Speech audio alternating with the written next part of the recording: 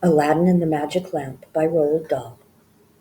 A very wicked old Chinese, called Jock McFadden, if you please. His father may have been a Scot, his mother certainly was not. Had found, while snooping in the sly, a secret cave outside Shanghai. Excitedly he peered inside. His eyeballs popped. He jumped and cried, "Great heavens above! Well, I'll be dashed! This cave is absolutely stashed with gorgeous gleaming precious jewels. I wonder why those Chinese fools have not gone in and grabbed the lot. Cripes, what a fortune I have got!" The cave was huge in solid rock, and standing there old Chinese Jock espied amidst the murk and damp a most unusual little lamp. This lamp gave out a lovely glow, and Jock McFadden wasn't slow to realize that those must be the magic lamp that nobody for centuries had ever found, although they knew it was around. He'd turn his landlord, Kung Egg Nog, into an ugly jumping frog.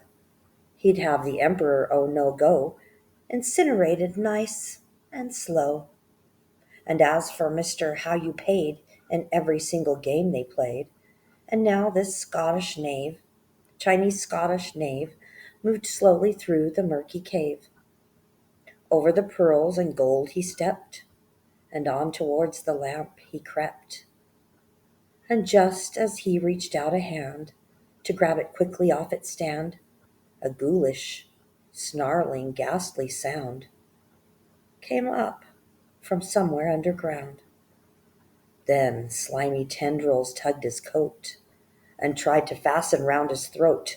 An icy wind swept through the cave, then darkness, darker than the grave.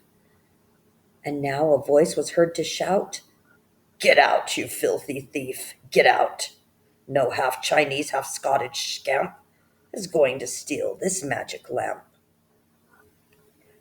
Jock's liver and his gizzards froze. Two bony fingers tweaked his nose. He screamed, he ran with all his power, and did not stop for half an hour. So, finally, like all great thinkers who happen to be stinkers, he hit upon that ancient creed, the changeless motto of his breed. Why not get someone else to do your dangerous, dirty work for you? Aladdin said, "What if I meet some brute that thinks I'm good to eat? A gorgon, or a hippogriff, a doodle wang, a boodle sniff? There's lots of dangerous things around in murky caverns underground." Jock whispered lecherous and low, "Now, if you really want to know, the only dangerous things down there are dancing girls with bottoms bare. I think you might enjoy a fling with some curvaceous little thing." Aladdin yelled, "That's what I crave!" and shot into the giant cave.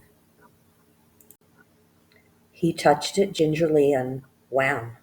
There was a most almighty bang, and suddenly in clouds of smoke appeared the most amazing bloke, a sort of genie or a djinn, an ugly brute with scarlet skin, and purple tassels in his hair, and nothing on but underwear.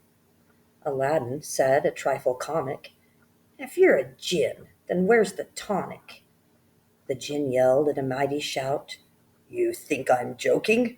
Try me out." Aladdin said, "Almighty djinn, although my hopes are pretty thin, my only wish, I'll tell you true, is to become a djinn like you." Aladdin cried, "Believe you me, I promise you, I want to be a magic disappearing djinn who disappears both out and in. I want a little lamp like yours. I want to go to distant shores."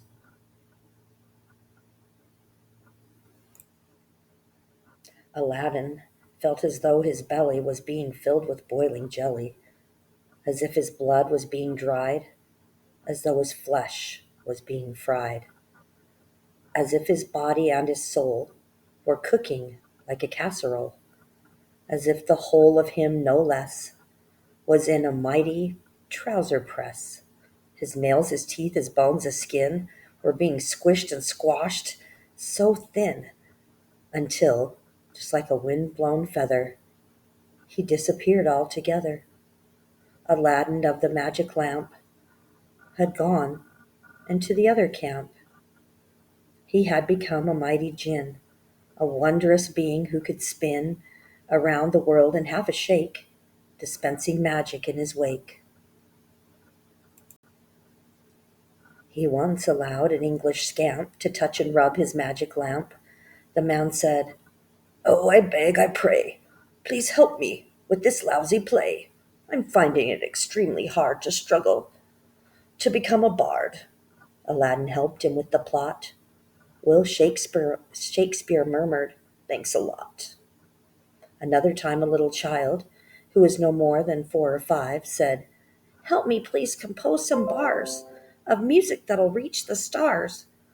Aladdin took his hand and said, "I'll sprinkle stardust in your head.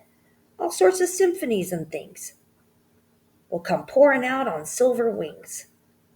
Aladdin's lamp had made him play, and Wolfgang Mozart cried, "Hooray!" This sort of marvelous magic wheeze has been going on for centuries. Aladdin suddenly appears, not more than once in 50 years, but when he does, oh boy, oh then, great genius is born again. Just think, next time he passes through, the lucky person might be you.